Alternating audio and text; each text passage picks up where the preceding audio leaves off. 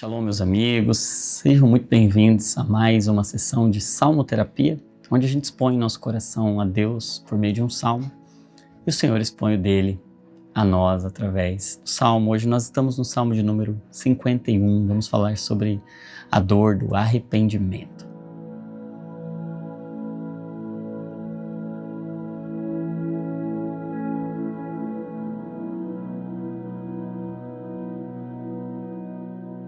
Salmo de número 51, Salmo de Davi, e ele diz assim: tem misericórdia de mim, ó Deus, por teu amor, por tua grande compaixão, apaga as minhas transgressões. Lava de toda a minha culpa e purifica-me do meu pecado. Pois eu mesmo reconheço as minhas transgressões e o meu pecado sempre me persegue. Contra ti, só contra ti, pequei e fiz o que tu reprovas, de modo que justa é a tua sentença e tens razão em condenar-me. Sei que sou pecador desde que nasci, sim, desde que me concebeu minha mãe. Sei que desejas a verdade no íntimo e no coração me ensinas a sabedoria. Purifica-me com esopo e ficarei puro. Lava-me, e mais branco do que a neve serei. Faze-me ouvir de novo júbilo e alegria, e os ossos que esmagaste exultarão. Esconde o rosto dos meus pecados e apaga todas as minhas iniquidades. Cria em mim um coração puro, ó Deus, e renova dentro de mim um espírito estável. Não me expulses da tua presença, nem tires de mim o teu Santo Espírito. Devolve-me a alegria da tua salvação e sustenta-me com um espírito pronto a obedecer. Então, ensinarei os teus caminhos aos transgressores, para que os pecadores se voltem para ti. Livra-me da culpa dos crimes de sangue, ó Deus, Deus da minha salvação. E a minha língua aclamará a tua justiça. Ó Senhor, dá palavras aos meus lábios, e a minha boca anunciará o teu louvor. Não te deleitas em sacrifícios, nem te agradas em holocaustos, senão eu os traria. Os sacrifícios que agradam a Deus são um espírito quebrantado, um coração quebrantado e contrito. Ó Deus, não desprezarás. Por tua boa vontade, faze Sião prosperar. Ergue os muros de Jerusalém. Então te agradarás dos sacrifícios sinceros, das ofertas queimadas e dos holocaustos, e novilhas serão oferecidas sobre o teu altar. O Salmo 51 retrata aquele contexto traumático do pecado de Davi, relatado no segundo livro de Samuel, no capítulo 11, marcado por omissão, por mentiras, por adultério e, por fim, por uma morte cruel. Sejamos sinceros, é uma lista que não parece nada compatível com alguém conhecido por nós como um homem segundo o coração de Deus, como Atos 13 nos revela. A escolha de Deus por Davi é algo interessante para a gente pensar. Davi, homem segundo o coração de Deus, escolhido segundo o coração de Deus, é tema para a gente refletir, porque parece-nos que Deus escolheu Davi por causa de Davi, do coração de Davi, porque Davi talvez tenha algo de melhor em comparação aos demais.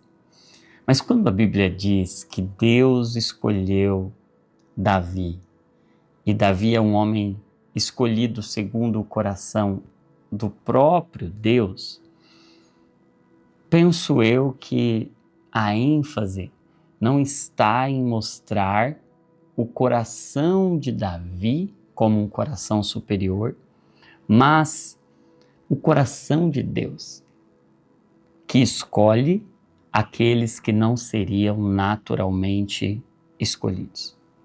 Deus escolheu Davi porque Davi não seria escolhido como não foi escolhido nem pelo próprio pai. Foi rejeitado, foi negligenciado. E essa é uma boa forma da gente entender o Evangelho.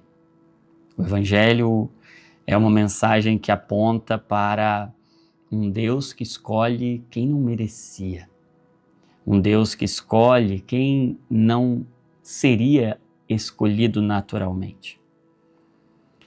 Porém, esse homem que aponta muito e que ensina muito sobre nós e sobre por que Deus nos escolhe, ele é escolhido, ele é levado a uma posição de honra, Deus o coloca em um lugar de governo, e essa história que nós estamos mergulhando aqui agora é a história do seu pecado, da sua queda.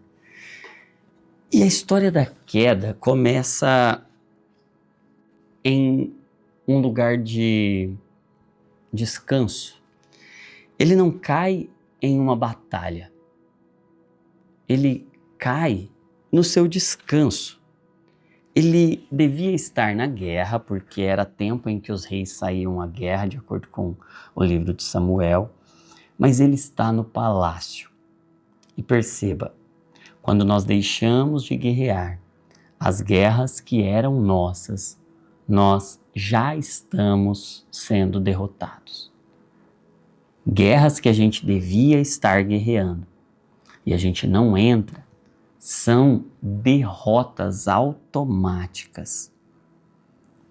Quando a gente escolhe o comodismo, escolhe o lugar do conforto ao invés do lugar do confronto, nós já estamos derrotados. Havia momentos que a gente precisava estar em guerra e a gente está na varanda do palácio. A gente devia estar guerreando no fronte, a gente devia estar em batalha e a gente está em repouso. Por isso, todo sim para o pecado foi antes disso um não para a vontade de Deus. Davi peca, mas antes disso, antes de dizer sim para o pecado, ele disse não para a vontade de Deus, que era que ele estivesse ocupando o seu lugar. Por isso, tome cuidado para não estar no terraço no momento em que você devia estar na trincheira. Tome cuidado para não fugir dos confrontos necessários, das batalhas em oração, dos jejuns, das lutas pela vontade de Deus, porque toda queda começa com uma guerra que nós deixamos de lutar com Deus. O Salmo 51 é a oração de Davi depois desse pecado. Mas não apenas depois desse pecado, depois de ser confrontado pelo profeta Natã, como o capítulo 12 de 2 Samuel nos mostra. E ele vai nos ensinar o caminho de um coração arrependido. Então Davi vai nos mostrar como é que alguém escolhido por Deus se arrepende. Como é que alguém escolhido por Deus faz o caminho de volta. E ele começa pedindo algo a Deus. E ele apela à misericórdia. Ele pede compaixão.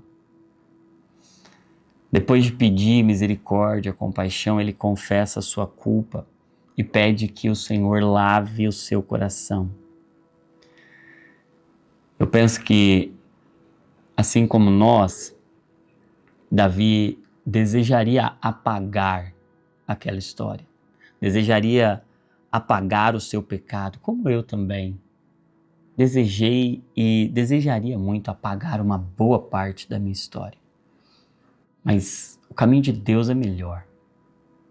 Ele não apaga a história, porque a história é um testemunho e nós nascemos para ser testemunhas.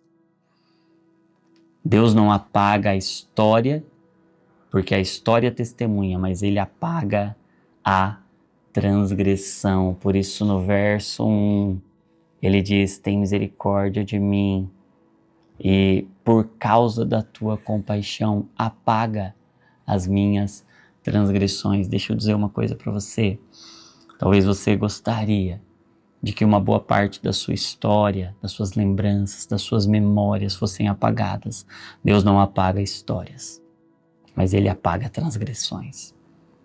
Ele não apaga o testemunho, mas Ele apaga a transgressão. Deixe Deus perdoar você. Deixe a transgressão ser perdoada e o testemunho ser compartilhado e proclamado. A transgressão será perdoada, o testemunho será proclamado. Deus está gerando testemunho em meio às nossas quedas, em meio às nossas transgressões, em meio às nossas fraquezas. Deus está revelando o seu poder e a sua glória. E sim, o pecado causa um estrago terrível. Nós estamos falando da morte de um homem justo, Urias, nós estamos falando de uma violência contra uma família, contra uma mulher. Nós estamos falando de um contexto extremamente destruidor. Mas se o pecado causa destruição, e sim, o pecado é o estrago que nós fazemos a alguém, mas a transgressão é o estrago que aquele pecado fez em nós. Essa é a diferença entre pecado e transgressão. Pecado é o que nós fizemos. Transgressão é o que o pecado fez em nós.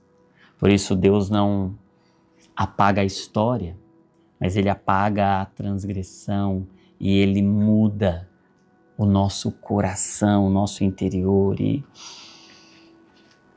essa mensagem da relação de Cristo com a nossa culpa, e vamos ser sinceros, a culpa é extremamente desesperadora, destruidora, e a gente tem muita dificuldade em assumi-la, em reconhecê-la.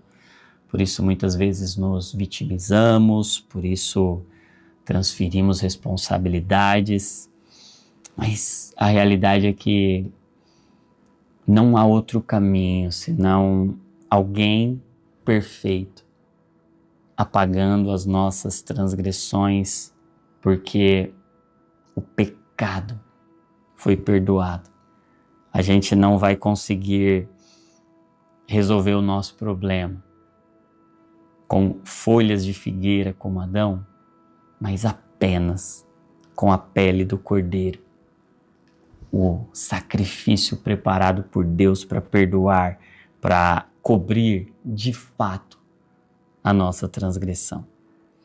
A verdade é que se nós nos colocamos nesse lugar de vitimismo e de transferência de responsabilidade, quem acha outro culpado para o seu próprio pecado nunca encontra o verdadeiro arrependimento.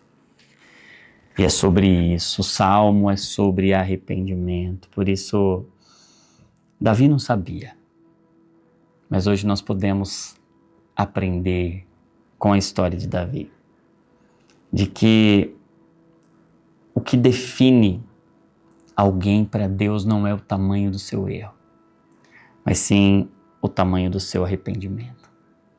Nenhum pecado pode ser maior do que a graça de Jesus, porque como diz lá em Romanos 5:20, onde abundou o pecado, a graça superabundou. Sim, o pecado destrói, mas a graça reconstrói. E Deus não está procurando aqueles que nunca erram, mas Deus está à procura daqueles que sempre se acertam. Porque como nós já aprendemos com os Salmos, cair é humano, mas reerguer-se é divino. Pecar é humano, arrepender-se é divino. Quero falar com você que está lidando com a dor da culpa, com o efeito do pecado em você, com a transgressão, com a história de pecado. Eu quero dizer para você, assim como eu ouvi o Senhor dizendo ao meu coração, o que define alguém para mim não é o tamanho do erro, mas o tamanho do arrependimento. Tem esperança para você, tem esperança para o seu coração.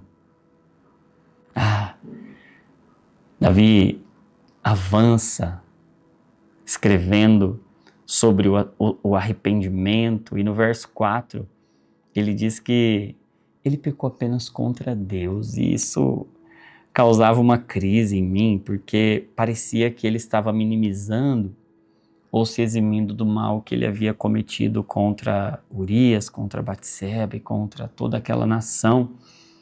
Mas o que Davi está nos ensinando aqui é que todo pecado cometido contra alguém é um pecado cometido contra Deus.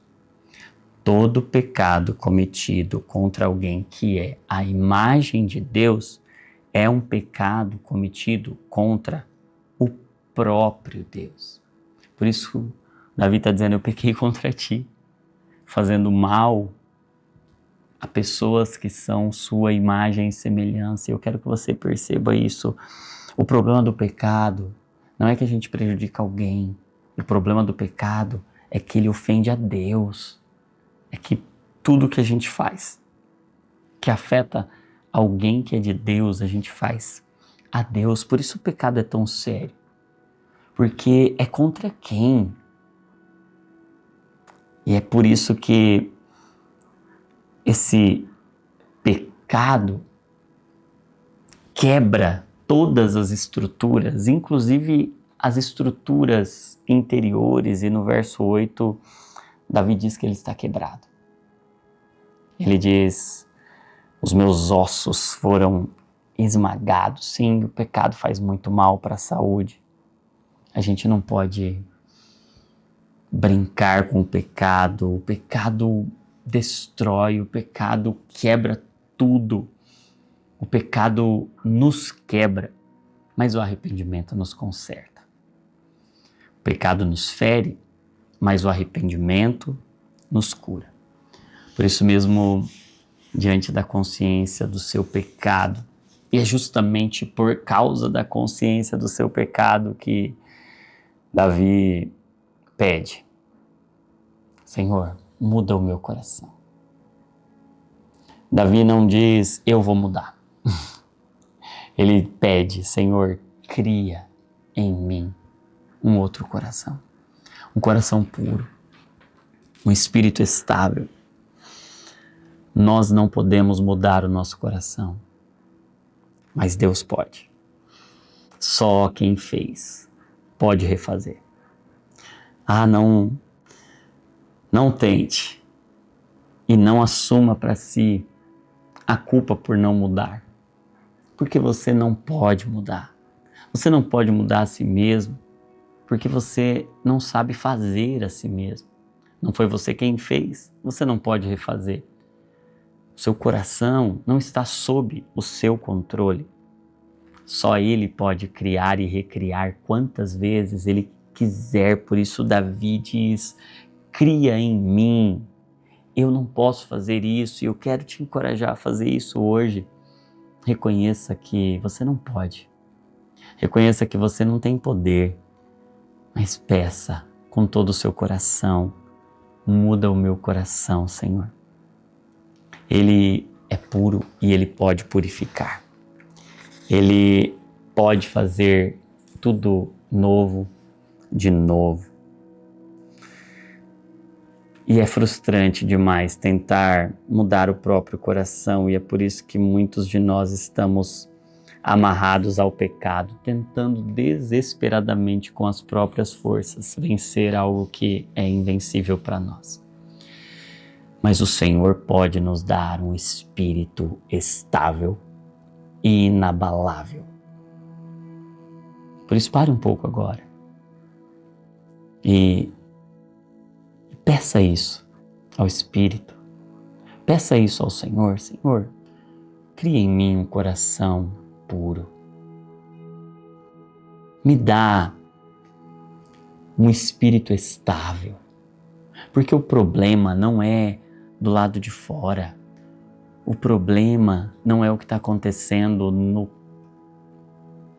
palácio, na varanda. Não é o que está lá.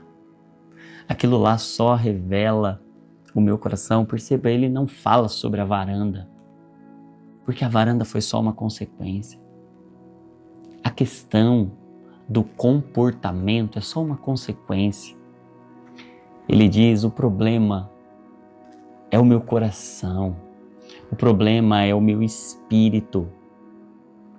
E eu quero que você caia nesse entendimento, caia em si hoje, como o filho pródigo caiu, e perceba, os seus problemas não estão do lado de fora, os nossos problemas não estão do lado de fora, eles se revelam do lado de fora, mas a raiz deles é um coração que precisa desesperadamente do Senhor. Por isso ele diz, não retire de mim o teu Espírito Santo, porque só o teu Espírito Santo pode transformar a minha vida. E ele podia dizer, Senhor, não me tire o palácio. Senhor, não me tire a reputação. Senhor, não me tire as promessas. Mas o que ele pede é, não retire de mim o teu Espírito. No verso 11 é como se ele estivesse dizendo, dá para viver sem tudo, mas não dá para viver sem o teu Espírito. Eu quero falar com você agora que tem lutado contra um pecado, contra a culpa por um pecado, contra uma transgressão. E eu quero encorajar você a fazer essa oração de Davi hoje. Senhor, ainda que eu perca tudo, que eu não perca o teu Espírito. Quantos de nós não nos arrependemos de fato? Nós ficamos tristes porque perdemos alguma coisa. Eu já aconselhei muitos maridos, muitas esposas, muitos casais que, quando descobertos na prática de um pecado, ficam muito mal, ficam muito tristes. Mas uma boa parte não estava arrependido pelo pecado que cometeu. Estava triste porque perdeu o casamento, porque perdeu a honra, a reputação, a paz. Não é porque não dá para viver sem o Espírito. É porque está triste por alguma outra coisa. Davi nos mostra como é que um homem, como é que um ser humano escolhido de verdade, de acordo com o coração de Deus, age diante do erro. Ele diz, eu posso perder qualquer coisa, mas eu não posso perder o meu espírito. Por isso, volta a dar, Senhor, a alegria da salvação. Quero falar com você que talvez tenha perdido a alegria da salvação, ou talvez você que nunca tenha a encontrado, mas precisa urgentemente dela. Hoje o Senhor pode devolvê-la a você. Hoje o Senhor pode encontrar o seu coração quebrado, quebrantado. E o Senhor não despreza. Ele vai sustentar você. E você vai até o fim. Quero orar por você, que precisa desse perdão, que que precisa dessa reconstrução, você que precisa se arrepender de verdade, porque talvez você tenha ficado triste pelo que perdeu, mas não está arrependido por não ter a plenitude do Espírito. Hoje o Senhor vai mudar seu coração. Existem culpas que você precisa ter coragem de assumir. Existem orações que você precisa fazer. Existem cargas que você precisa entregar. Existem transgressões que precisam ser apagadas. Então, dê nomes para o pecado. Porque a graça tem um nome. O nome que está acima de todo nome. O nome de Jesus. Quero orar por você. Pai, eu oro agora por restauração. Eu oro por perdão. Eu oro por alegria da salvação. Cria em nós um coração puro e renova em nós um espírito inabalável, estável. Senhor, eu oro por pessoas que foram definidas pelos erros que cometeram. Hoje o Senhor está dando uma nova identidade. O que define a identidade não é o erro. O que define a identidade é o arrependimento. O que define a nossa história não é a nossa capacidade ou a nossa incapacidade de errar, mas é a capacidade do Senhor de nos acertar sempre. Então agora lava-nos, perdoa-nos, restaura-nos, devolve a alegria da salvação. Hoje o Senhor está criando o que só o Senhor pode criar, nos levando a uma compreensão profunda do arrependimento, mudando histórias. Famílias estão sendo mudadas agora, destinos, histórias estão sendo mudadas agora, pelo poder do nome e do sangue de Jesus, que nos purifica de todo pecado. Em nome de Jesus. Amém. E amém. Graças a Deus. Se essa mensagem te abençoou, quero que você deixe um comentário aqui. Comenta assim: o que define alguém para Deus não é o tamanho do erro. O que define alguém para Deus é o tamanho do arrependimento. Comenta aqui. Se você foi abençoado também, compartilha. Manda aí para todo mundo, para que todo mundo possa ter acesso a esse conteúdo, possa ser tratado por esse conteúdo. E aperta no curtir para que o próprio YouTube, a própria plataforma, mostre para mais pessoas. Se você ainda não é inscrito aqui no nosso canal Divinamente, se inscreva. Se você ainda não tem os livros Salmoterapia, o link vai estar aí na descrição para você poder pedir o seu. E se você precisa de atendimento, se você precisa de profissionais de saúde comprometidos com o Evangelho e com a boa medicina, com a boa ciência, o link vai estar aí também para você conhecer a Clínica Divinamente, tá bom? Deus abençoe você. Não se esqueça que toda emoção é um convite para a oração. E que saúde mental é pensar o que Cristo pensa e sentir o que Cristo sente. Deus abençoe você e até a próxima Salmoterapia.